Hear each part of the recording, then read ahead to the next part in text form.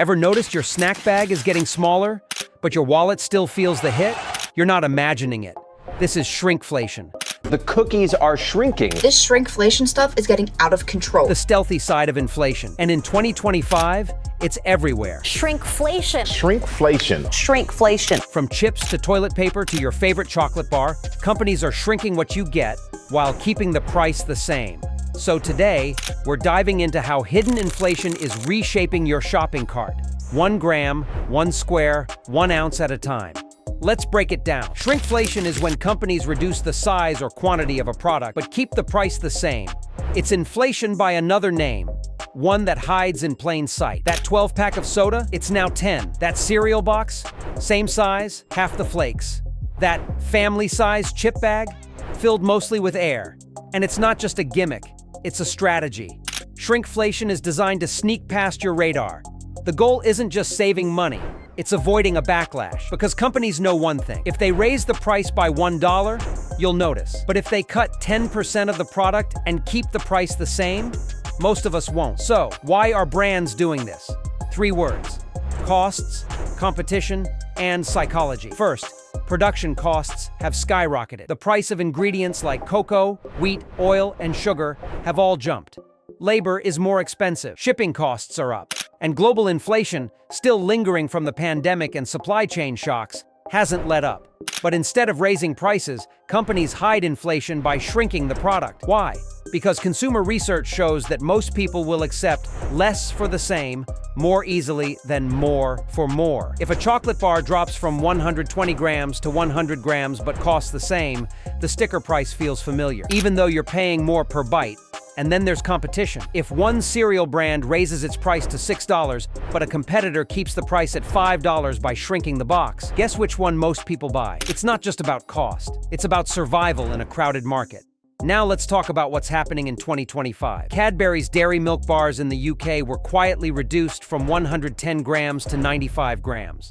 Same packaging, same price, less chocolate. Pringles, once known for perfectly stacked chips, now sells smaller cans in some regions, trimmed down from 200 grams to 165 grams. The can still looks full until you open it. Cereal boxes? Brands like Kellogg's and General Mills have been steadily reducing content by 10 to 15% over the past 2 years. What used to be a week's worth of breakfast is now barely enough for 4 days. And it's not just food. Toilet paper rolls, one of the most infamous cases, now have fewer sheets, thinner ply, and narrower rolls. Some brands have lost over 20% of their original volume and still advertise as mega rolls. Laundry detergent? New formulas promise ultra concentration, but what that often means is fewer loads per bottle at the same price. And don't forget snack bars, granola packs, frozen dinners, ice cream tubs that suddenly hold 14 ounces instead of 16. Even health products like vitamins and supplements now have fewer pills per bottle. Meanwhile, in the beauty aisle, shrinkflation has crept into makeup and skincare. Foundations and creams that used to be 50 milliliters now come in 40 milliliter bottles. Shampoos labeled new formula now offer fewer uses per bottle, all without a price drop. And here's where it gets even more frustrating. This trend isn't happening everywhere.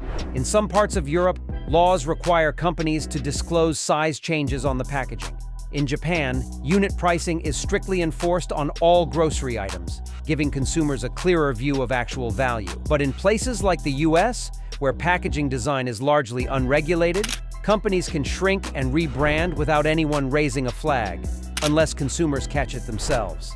Now here's where it gets clever, or shady, depending on your perspective. Companies don't just shrink the product, they mask it with strategic packaging. They'll change the shape of a box so it looks the same on the shelf, add curves, make bottles taller, but thinner, round the corners, shrink the contents, but keep the footprint. Some use branding like new look or updated design to distract from the missing ounces. Other times, they rebrand smaller versions as portable, on the go, or eco-friendly, adding a positive spin to what's really just less product. Even family size has lost all meaning. What used to feed 5 now barely stretches to 3. Formulas change too. That juice box that used to have real fruit, now it's mostly flavored water, but still sold as premium. And then there's labeling. Companies might keep the same serving size, but reduce the servings per package. Or they round up on weights to stay just above a certain threshold. The result?